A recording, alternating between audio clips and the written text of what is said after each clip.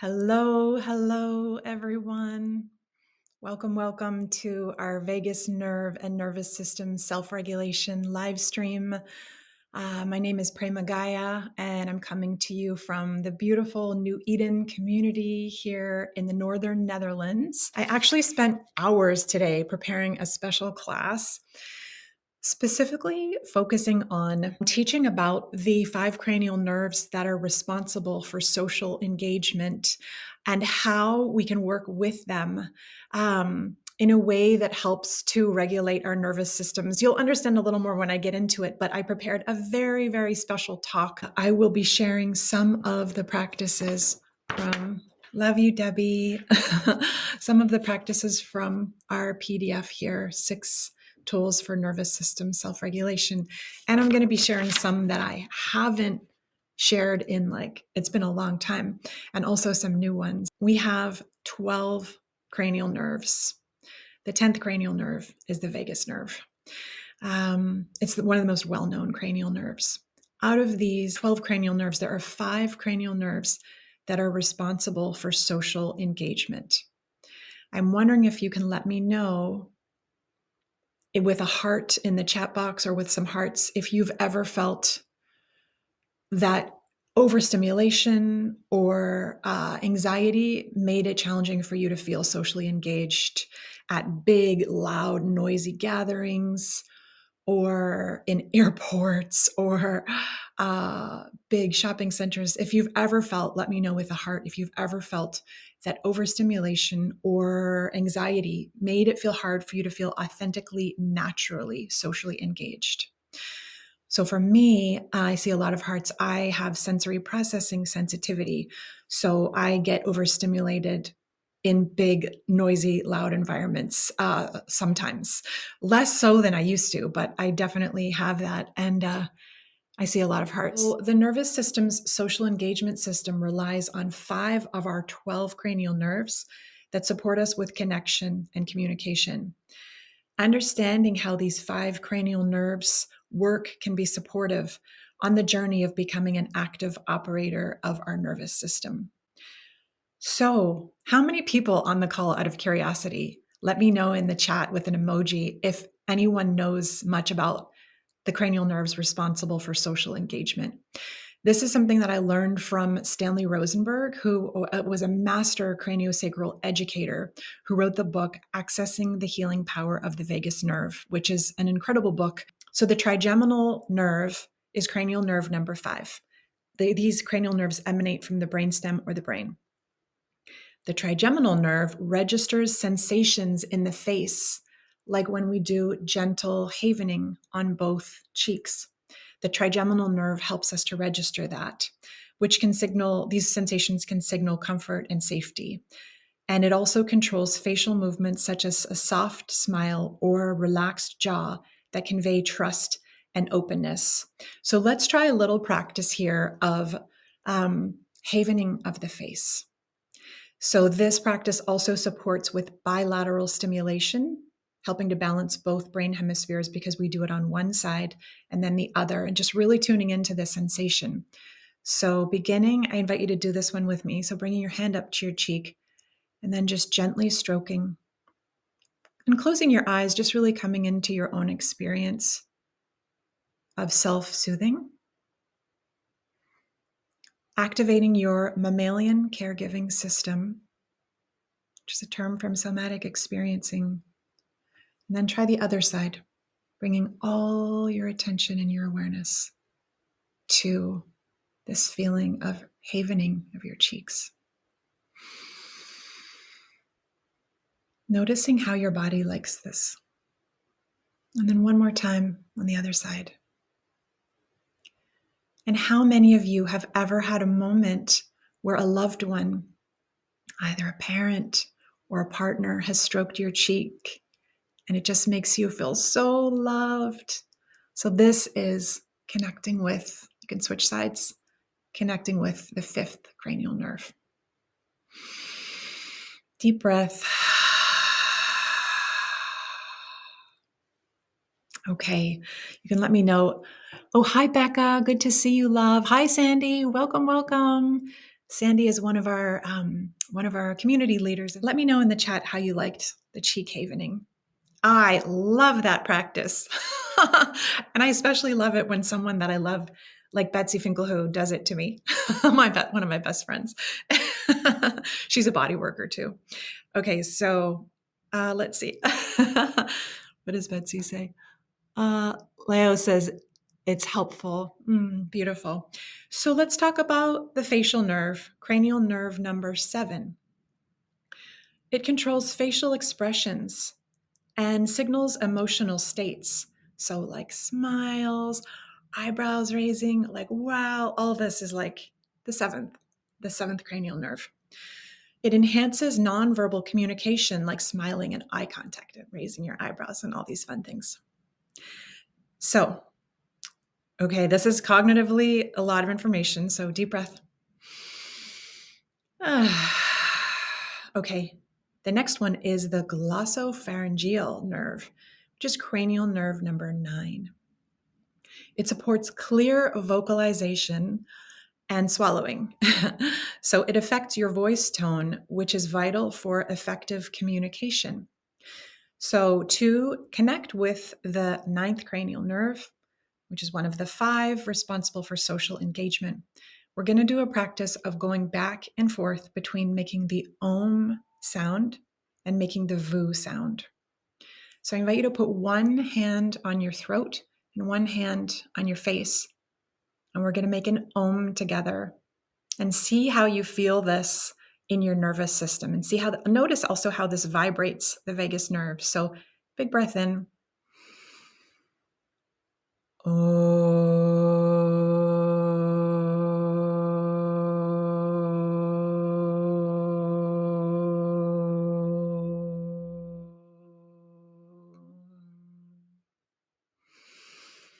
And now we're going to do vu.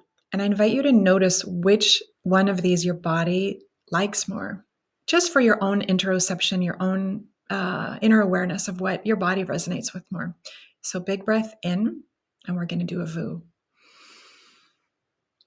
Vu.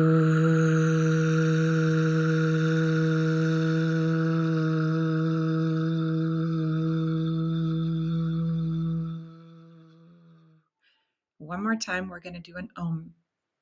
And just notice which one your body, which speaks to you more.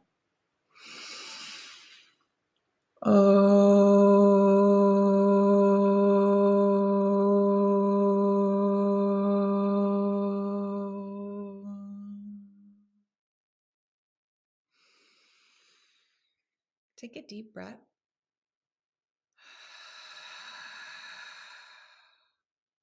One more deep breath, checking in with your body.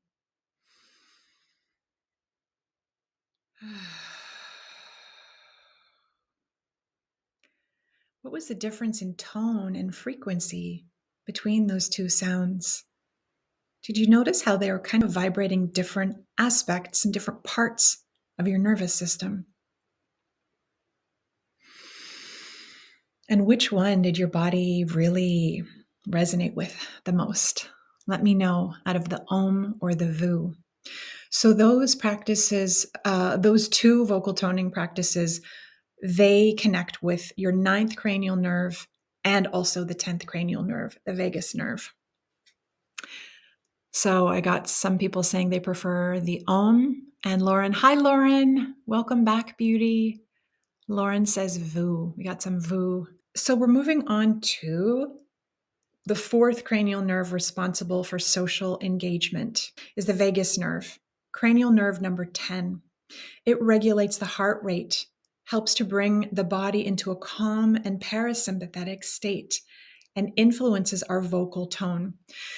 Dr. Stephen Porges, let me know with some hearts. Who has heard of Dr. Stephen Porges? He's someone that we all love in the nervous system educator world.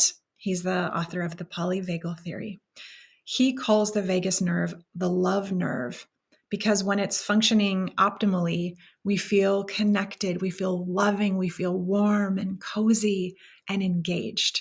We're going to do an exercise to connect with the vagus nerve to support in our vagal tone.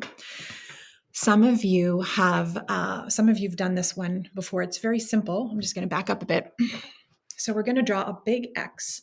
So coming down, bringing your eyes down towards the bottom diagonal left corner, keeping your face forward, but your eyes are going down.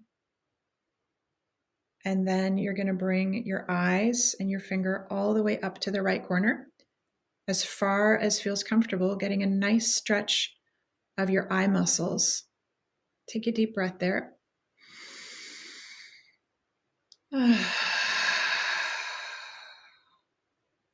Now we're going to bring the finger down to the bottom right.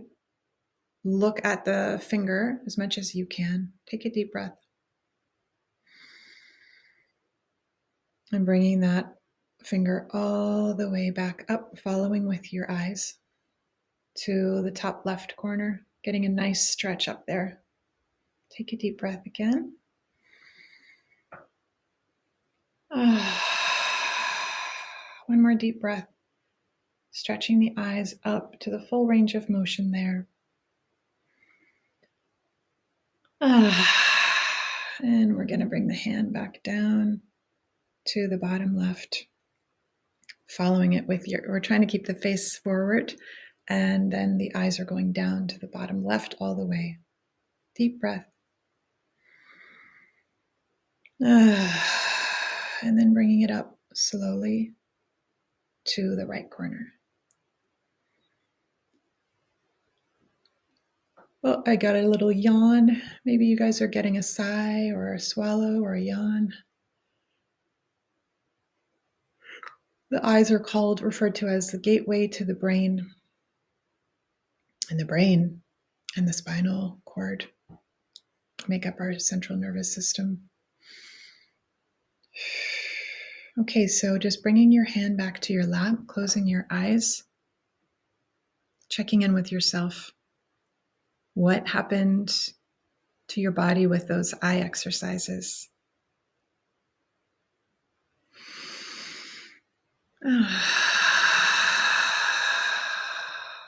One more deep breath.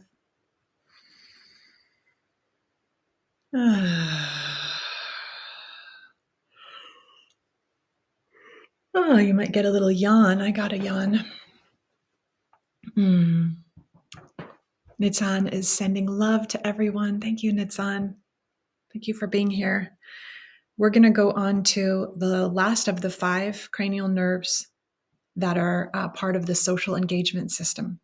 The accessory nerve is cranial nerve 11. This one controls neck and shoulder muscles for head positioning and facilitates open body language and attention cues. So to work with this cranial nerve, we can do a little SCM, sternocleidomastoid. I invite you to do this one with me. A little sternocleidomastoid self-massage. This is this thick, wiry muscle here. You can find it by turning your head from side to side and noticing this long, wiry muscle that pops out. And if you happen to have a little massage oil or lotion nearby, you can put that on. It's always nice to massage the SCM muscles with a little bit of oil or lotion. Switching sides. Taking some deep breaths.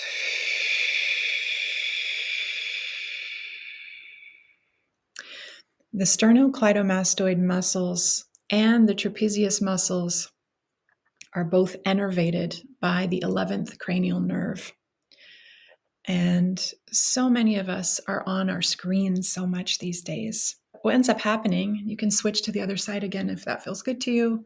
What ends up happening is we have about 70% of the population has what's called forward head posture. It's known as FHP.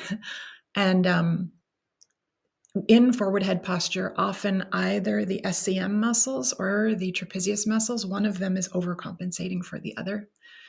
So let's go back to our trapezius muscles, the back of our shoulders here, and give the shoulders a little bit of love. It's a wonderful self-care practice to do self-massage of massaging the sternocleidomastoid muscles and the shoulders for 5 minutes with some soothing oil, maybe some almond oil or coconut oil with some lavender in it, which is a soothing essential oil, just for like 5 minutes before bed to help wind down, especially if you work on a computer. Switch sides. Taking some deep breaths. So again, these areas are really connected to the 11th cranial nerve, the 10th cranial nerve, the vagus nerve. Taking a deep breath.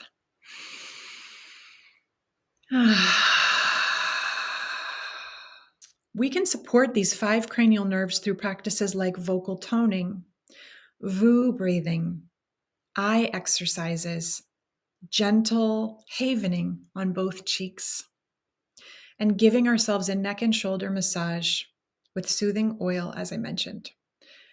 All of these practices help support our nervous system in functioning at its optimum. So in my 10-day course, Vagus Nerve and Nervous System Self-Regulation, I teach dozens of practices for self-regulation, body-based somatic tools to not only self-regulate the nervous system in times of overstimulation, but also to build vagal efficiency so that your vagus nerve can help bring you into a parasympathetic state more effectively after a stress response. So really encourage you to check out the course to discover more of these practices. And the other thing I wanted to mention for those of you that might need to pop off the call early is that I will be having a retreat here teaching nervous system self-regulation practices and also co-regulation practices.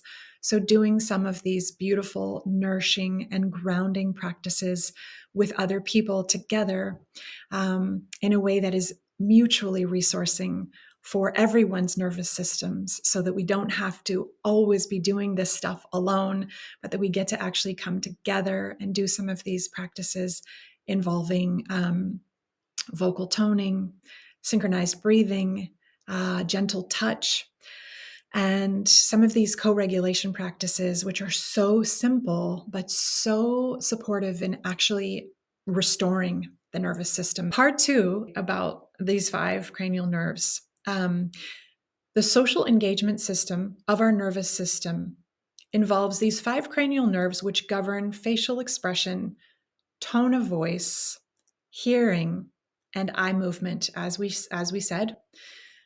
When the ventral vagal state of our nervous system is active, these nerves work harmoniously, facilitating relaxed, genuine expressions like a natural smile, warm eye contact, and a calm tone of voice. When a person doesn't feel calm or safe, or perceives threat or feels dysregulated, their sympathetic nervous system, fight or flight response, or dorsal vagal system, shutdown or freeze response may dominate. And I'd love to hear in the chat which of those 2, the fight or flight or the freeze or shutdown, which of those 2 does your nervous system tend to gravitate towards when you get overstimulated or maxed out? Maybe you can let me know in the chat. For me, I have a long history, which many of you know because many of you have been on these calls before. I have a long history of hyperarousal and hyperactivity of the amygdala due to childhood trauma and trauma throughout my formative years and teenage years. So for me, it's been more hyperarousal, which is more of the fight or flight, sympathetic, dominant. So I'm curious to hear. So some people are saying dorsal, some people say freeze. So it's a mixture of all of them. Okay, and so the ventral vagal complex of the nervous system becomes less active. Obviously, the ventral vagal is the rest and restoration. So it becomes less active then, disrupting the coordination of the cranial nerves, these 5 cranial nerves. Their coordination and their functioning gets impacted when this happens. So this can result in tense or flat facial expressions, the facial muscles controlled by the facial nerve may not relax fully. So I'm curious if you've ever had that happen in overstimulation, where you feel like your facial muscles just aren't, it's just obvious that your face is not relaxed and you can't really do anything about it. I know I've had that. So difficulty with eye engagement and eye contact can feel strained at those times. Maintain monotone or strained voice that lacks warmth. Deep breath.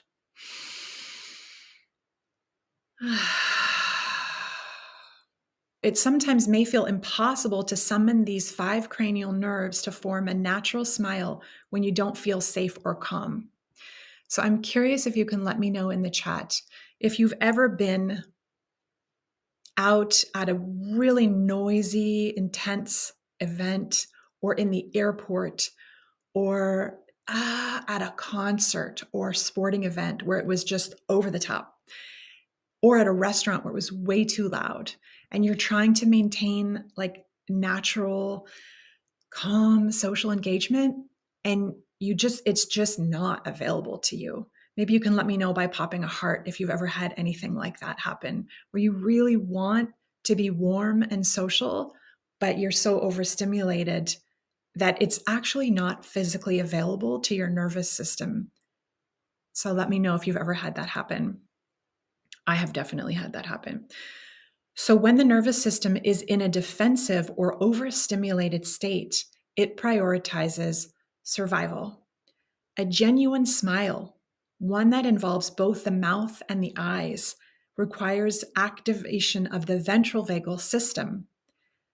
If this system is disengaged, the body may have less access to forming a natural smile because its state in that moment is not neurologically aligned with a sense of safety or connection. Any attempt to force a smile may feel inauthentic or disconnected. So by regulating the nervous system and reactivating the ventral vagal complex, a natural and genuine smile can emerge organically. So let me know with some hearts or any comments in the chat if this resonates with your experience with practices like HeartMath. Let's try HeartMath together for a moment. So we're just going to put our hand over our heart. And HeartMath is bringing something joyful to mind and heart, and then thinking about it and smiling and feeling the feelings. And that's a way to self-regulate the nervous system. So yes, I absolutely feel that if you bring a genuine smile to your face, combined with authentically feeling something inspiring in your heart, then absolutely, that's a way to self-regulate and down-regulate the nervous system. So let's try a little HeartMath. It's called the quick coherence practice. So I invite you to take, let's just take a couple breaths together, breathing in for 5 and exhaling for 5. Breathing in for 5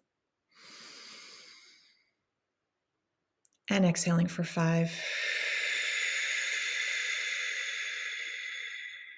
Breathing in for 5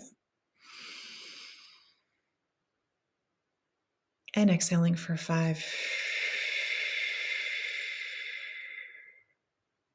Now bring to mind something or someone that you really love, and visualizing yourself engaging with that person or that flower or that tree or that baby or that pet.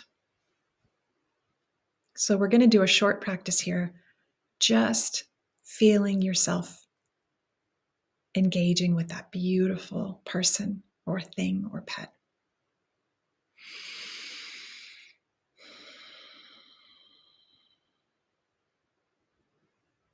If it's a person, you could visualize one of your best friends or family members giving you a big hug. If it's a flower, you could visualize smelling a bouquet of your favorite flowers.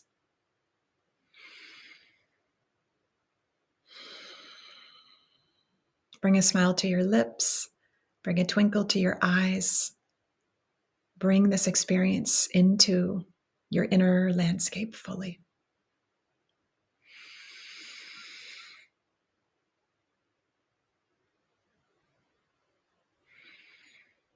And just savoring this experience for another 20 seconds, feeling how good it feels.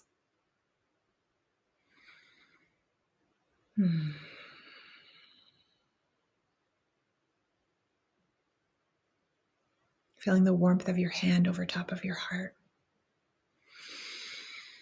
Taking a deep, deep breath.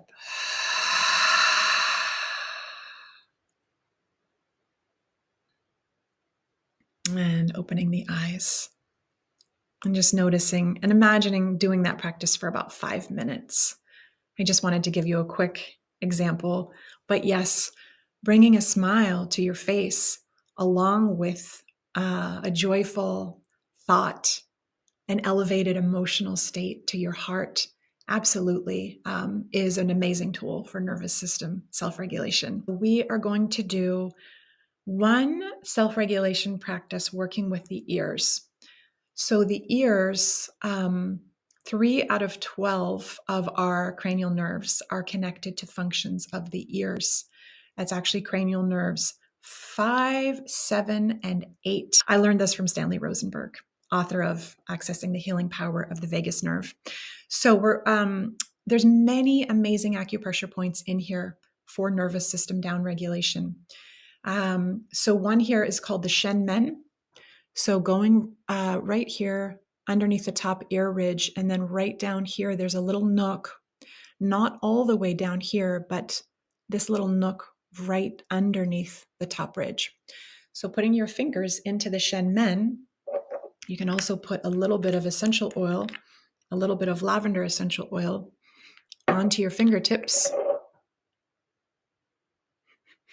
And then putting your fingertips in your ears in the Shen Men area, and then just rubbing up and down. This is called a master acupressure point. And it's known as, the translation of Shen Men means divine gate. So it's a very powerful acupressure point, especially for those who, certain people are really connected to acupressure points. My friend Soteria puts her fingers in there and I can see her immediately going, it's really cool. So try rubbing up and down this Shen Men point. You can close your eyes, just rubbing up and down and around intuitively, bringing all of your awareness to the somatic feelings and sensations in your ears. Take a deep breath.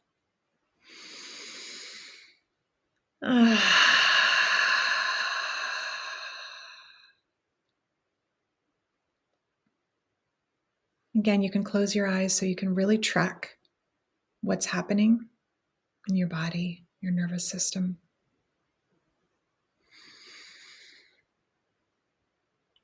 And you can also just hold your fingertips right to that Shen Men point.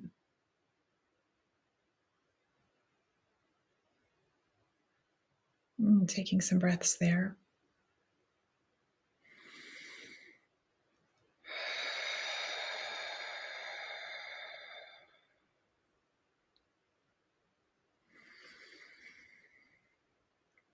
Noticing what you notice. And then gently bringing your hands back to your lap, checking in with your body. JB says, Prema, this stuff is all new to me. JB, have you done my course, Vagus Nerve and Nervous System Self-Regulation? It really synthesizes many, many wisdom streams around polyvagal theory, the vagus nerve, trauma integration. It synthesizes it into a very bite-sized 10-day course. So I definitely recommend starting there. Okay, we're going to go right into another self-regulation practice called the half salamander. I learned this exercise again from Stanley Rosenberg, beautiful soul, who wrote Accessing the Healing Power of the Vagus Nerve. It's a very scientific book. if you want to check that one out too. So we're going to go right into the half salamander, which is a really great tool for vagal toning, another eye exercise. So first of all, we're going to bring our eyes all the way to the right. So bringing your eyes all the way to the right, and then keeping your shoulders relaxed, you're going to slowly drop the right ear to the right shoulder without lifting the right shoulder. And your eyes are all the way, nice stretch to the right.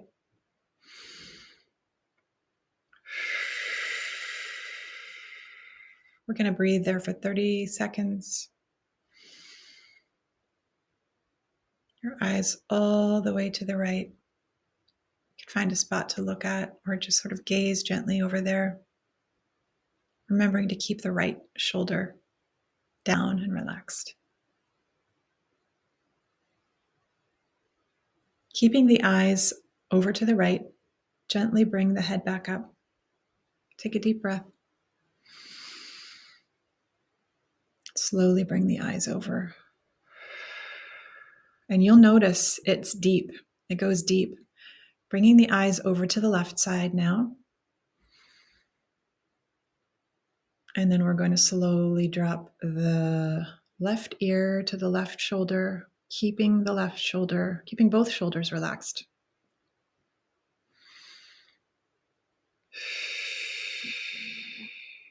And just gently gaze towards the left, taking a few deep breaths.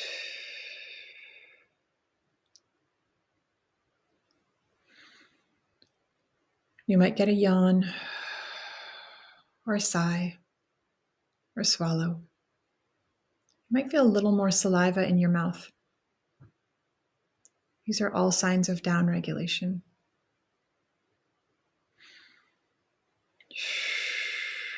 And then slowly keep your eyes to the left, keeping your eyes to the left, bringing your head slowly back with your eyes still to the left. And the eyes will be the last thing to come back to the center. And now close your eyes. Check in with your body.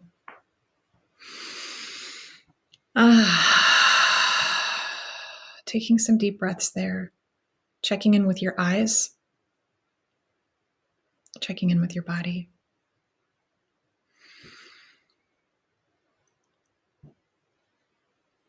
I just got another yawn there. This one really goes deep. Let me know in the chat how that was for you. You can also alternate where your eyes go to the right, but you drop your head to the left. And then your eyes will go to the left and you drop your head to the right. So it's nice to do it both ways. It's so deep. And now with you guys understanding what you understand about those 5 cranial nerves responsible for social engagement, you can start to understand how this is really getting in there, to the 11th cranial nerve, to the 10th cranial nerve, to those cranial nerves that are connected to the eyes. It's like getting right in there to the nervous system. So 6 out of 12 of the cranial nerves are connected to the eyes, 3 out of 12 connected to the ears. As you know, the 11th cranial nerve is connected to the trapezius muscles and the sternocleidomastoid. So we're going to do a practice that was inspired. I learned this from my friend Leah Kaufman. So hi, dear Becca. So we're going to and I see Matt is here. Let me see if that's Matt. Matt is here. Yay, Matt M. I remember you. Okay, I'm not to put you on the spot. Okay. Okay, so we're going to put the right hand underneath the left underarm and the left hand over top of the right shoulder. This is called, who can tell me what this position is called for my Peter Levine students, my somatic experiencing people? This is called the containment hold. Some people call it the self-hug. So let's just take a breath here.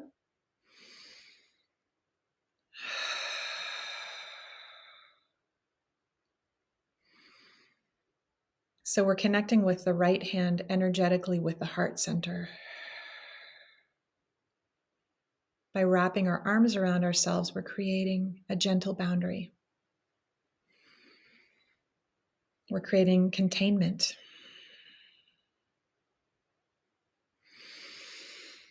And then what we're going to do with this practice is this practice, I believe, is inspired by Feldenkrais, the Feldenkrais modality. So we are going to bring the head to the right and bringing the shoulders and the torso. For me, it's the head to the left, the shoulders and the torso. Wait, I'm getting confused.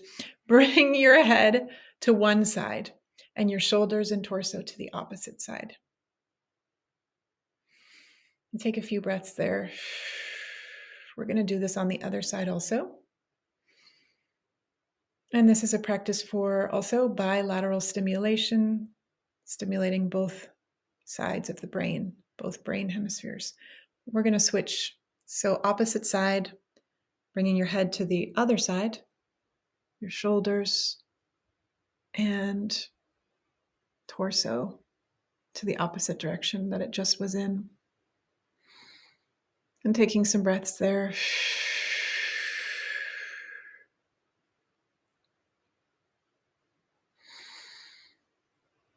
Getting a nice stretch also of some of those muscles on either side of your spine.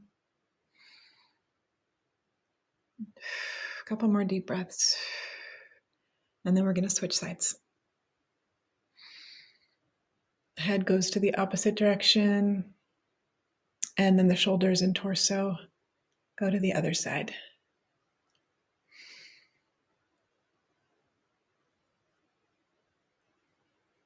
And again, this supports with balancing both brain hemispheres.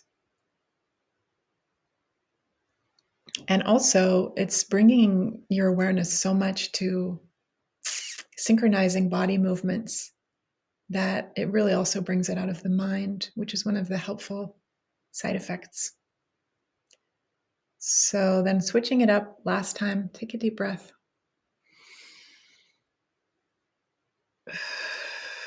Getting a nice twist there.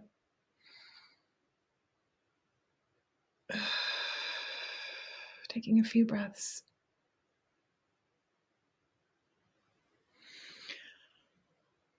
You might feel a sigh. Might feel your nervous system starting to settle. And then coming back to center. And releasing. Just wiggling around. Wiggling your spine and your neck. And noticing how that practice was for you. I see another question. Love says, how do you stay regulated when triggered by physical symptoms or health anxiety? That's an excellent question. I personally have found that brain retraining, along with somatic nervous system regulation and vagal toning, brain retraining is one of the missing links to stay regulated when you have a bunch of health stuff going on, and also to build new neural pathways, new empowering neural pathways, because oftentimes with chronic health conditions and chronic pain, what often happens is we have these neural pathways of I am sick, I'm unwell, this is scary, I have these symptoms.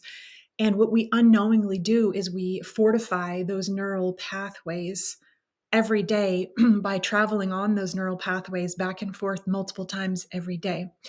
So brain retraining and self-directed neuroplasticity, which I have a track called Brain Retraining, this trains and empowers us to really cultivate the garden of our mind with empowering thoughts and new ways of, using this real estate of our brain and of our mind in a very intentional and empowering way on a daily basis, that will help us to not go into those ruts about worrying about health or worrying about a breakup or ruminating about an ex-partner or whatever the thing is that we may be ruminating about, and I'm guessing most all of us on this call at some point in time or another in 2024, let's say, we're ruminating about something or another more than we needed to. So that's where brain, and I'm raising my hand, that's where brain retraining really comes in handy. Understanding how to, invest our energy in building neural pathways that are empowering, that are going to get us out of those ruts. One of the most simple tools for brain retraining is called the pattern interrupt. This is taught by many teachers who teach brain retraining, including there's a modality called Reorigin. There's the Gupta method, there's Primal Trust, there's many. One of the most simple ones is called the pattern interrupt. So when you find yourself having a thought or fear about your ex-partner or about a health symptom or about money, finances, and you notice you're like, I've had this thought 10 times already today or this week, this is more than I need to be thinking about it. What you can simply do is, when you catch it and doing this multiple times a day, you pattern interrupt by saying, unhelpful, let it go, old story, release, something like that. You can find your pattern interrupt word. It could be like old story, untrue, let it go. Find a pattern interrupt that works for you. Sometimes I would even say to myself, amygdala hijack, let it go, because the amygdala is the part of the brain that is the threat detection center. So I would sometimes say to myself, amygdala hijack, let it go. Old story, let it go. Unhelpful, release. Cancel, untrue, etc. So you're using these terms that your higher wisdom knows are accurate. Your higher wisdom is like coming down and saying, untrue, let it go. Unhelpful, release. Cancel, old story. So you're doing that multiple times a day, and then you redirect your attention to a more empowering thing. It can be as simple as looking at something beautiful in your environment for 20 seconds, which Deb Dana calls savoring. So you're like, okay, unhelpful, let it go. So then you look at something. In this moment, I see a bouquet of flowers.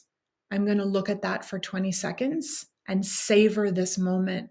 Come out of that unhelpful neural network and savor these beautiful dried flowers and savor and just be present with it for 20 seconds. And one of the amazing things about Deb Dana's savoring practice is you can just do it for 20 to 30 seconds. If your mind is on overdrive worrying about something, you can just give yourself the respite of a 20-second moment of savoring something beautiful, a bird, some flowers, a crystal in your home, or a beautiful piece of jewelry, that's hanging on your jewelry rack, something that's pretty, a piece of art, an affirmation that's placed up in your home somewhere, but just bringing your attention to something empowering for 20 seconds, savoring that, and that helps to interrupt that old pattern, which over time, those health symptoms actually literally start. There's been thousands and thousands of cases with the work of Dr. Joe Dispenza, different brain retraining organizations where people have healed chronic illnesses and chronic pain with a combination of brain retraining, somatic self-regulation practices, vagal toning, somatic work, etc. And I hope to meet some of you in person this year. Thank you so much all for being here. Sending so much love to you all. Bye, everyone.